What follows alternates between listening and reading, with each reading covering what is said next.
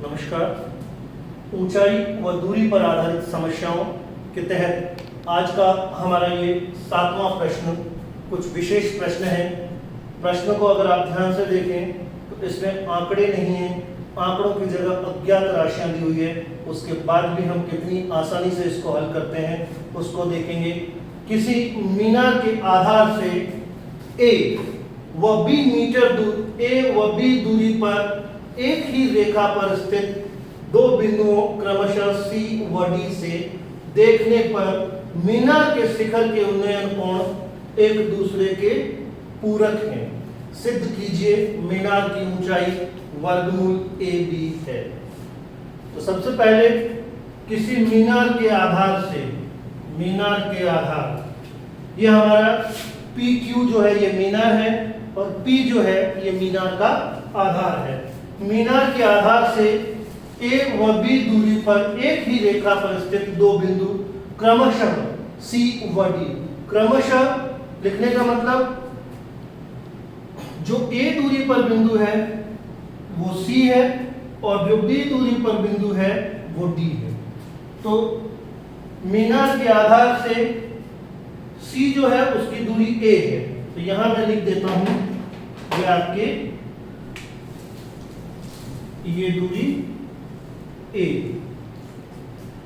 और जो डी बिंदु है उसकी दूरी बी है। तो डी बिंदु आधार से बी दूरी पर है, ये बी दूरी पर है। सिद्ध कीजिए कि मीनार की ऊंचाई वर्गमूल ए बी है। तो सबसे पहले माना मीनार की ऊंचाई, मीनार की ऊंचाई बराबर h। तो यहां पे लिख लेते हैं चित्र में मीनार की ऊंचाई h। ये यहां से यहां तक ये मीनार की ऊंचाई।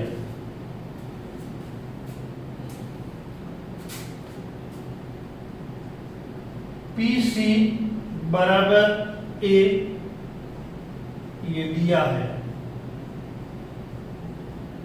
और PD बराबर B ये भी दिया है।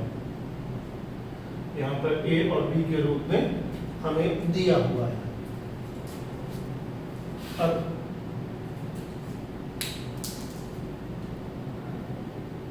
C व D से देखने पर मीनार के शिखर के उन्नयन कोण, देखिए C से भी हमने मीनार के शिखर को देखा तो उन्नयन कोण बना, ये उन्नयन कोण ऊपर की तरफ कोण बन रहा है, उन्नयन कोण बना शिखर को देखने के लिए। और डी से भी जब हमने मीनार के शिखर को देखा तो उन्नयन कोण बना ऊपर की तरफ। सी व डी से देखने पर मीनार के शिखर के उन्नयन कोण एक दूसरे के पूरक हैं। अब पूरक कोण क्या होते हैं? पूरक कोण, पूरक कोण ऐसे कोई दो कोण जिन दोनों कोणों को अगर हम जोड़ें तो उनका योग 90 डिग्री आए।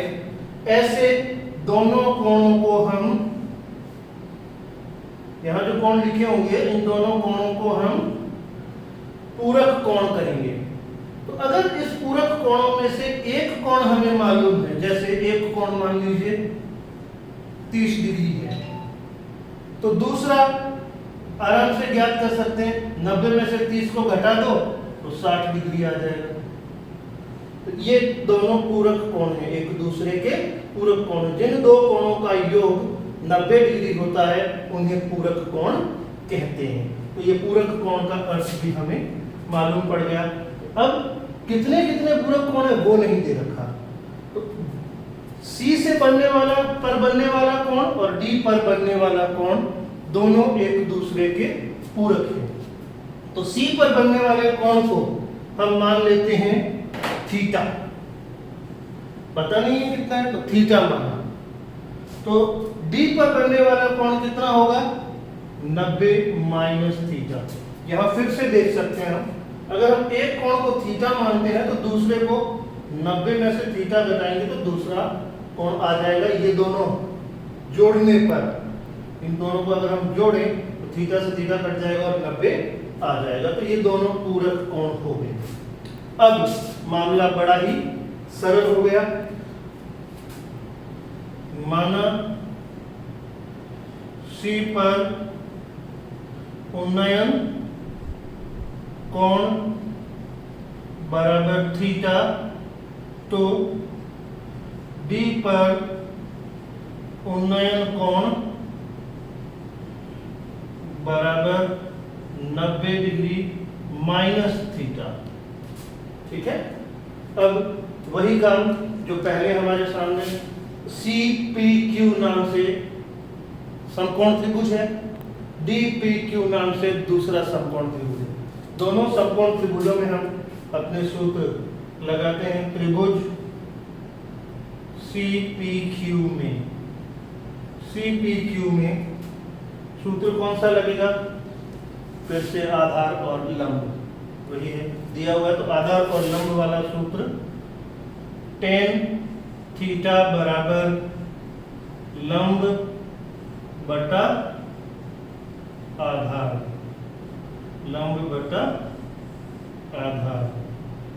tan थीटा है, यहाँ थीटा का कोण का मान नहीं दे रखा तो हमने भी थीटा ही रख दिया।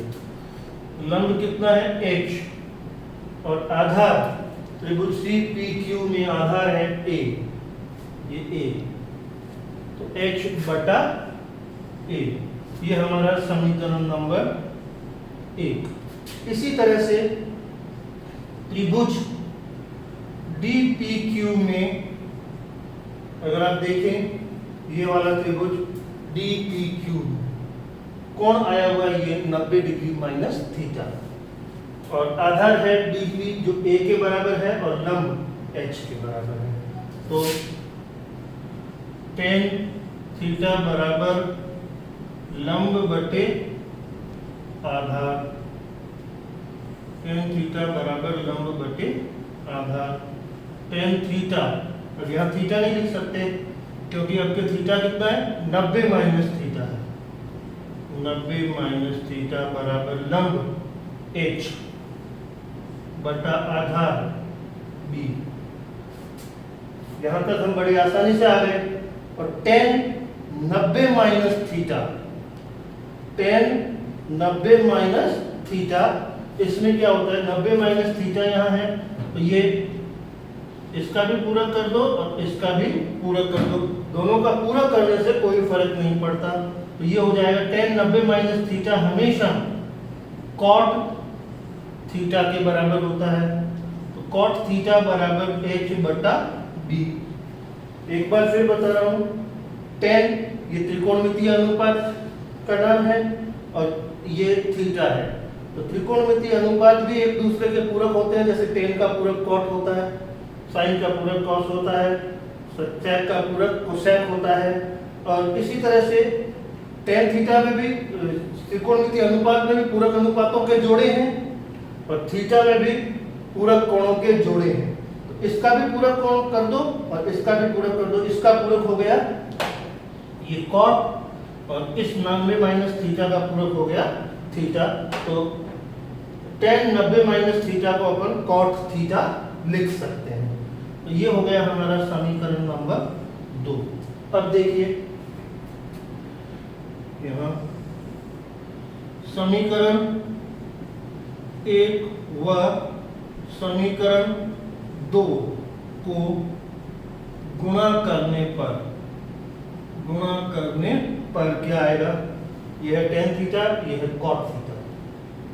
तो tan theta into cot theta बराबर, ये तो इधर गुणा हो गया, इधर RHS में ये दोनों गुणा हो जाएंगे, h बटा a और h बटा b, h बटा a इंटू h बटा b। तो ये हो गया आपका tan theta into cot theta. tan theta cot theta tan theta का व्युत्क्रम होता है। हम सूत्र भी पढ़ चुके हैं, cot थीटा बराबर 1 बटा tan थीटा। तो cot थीटा की जगह हम 1 बटा tan थीटा लिख सकते हैं। h गुणा h हो गया h स्क्वायर बटा a इंटू बी a। अब tan थीटा से tan थीटा को अगर हम काटते हैं तो यहाँ आ जाएगा 1 बराबर h² बटा AB। बड़ा सरल चल रहा है। h² बराबर AB और h बराबर वर्गमूल AB। स्क्वायर था, इधर आएगा तो वर्गमूल हो जाएगा। अतः यहाँ नीचे लिख देता हूं मैं, अतः मीनार की ऊंचाई, h का मान वर्गमूल AB आया, अतः मीनार की ऊंचाई बराबर वर्गमूल AB होगी। ये मीनार की ऊंचाई हमें वर्गमूल AB प्रूव करनी थी, सिद्ध करनी थी। अब देखिए एक बार फिर,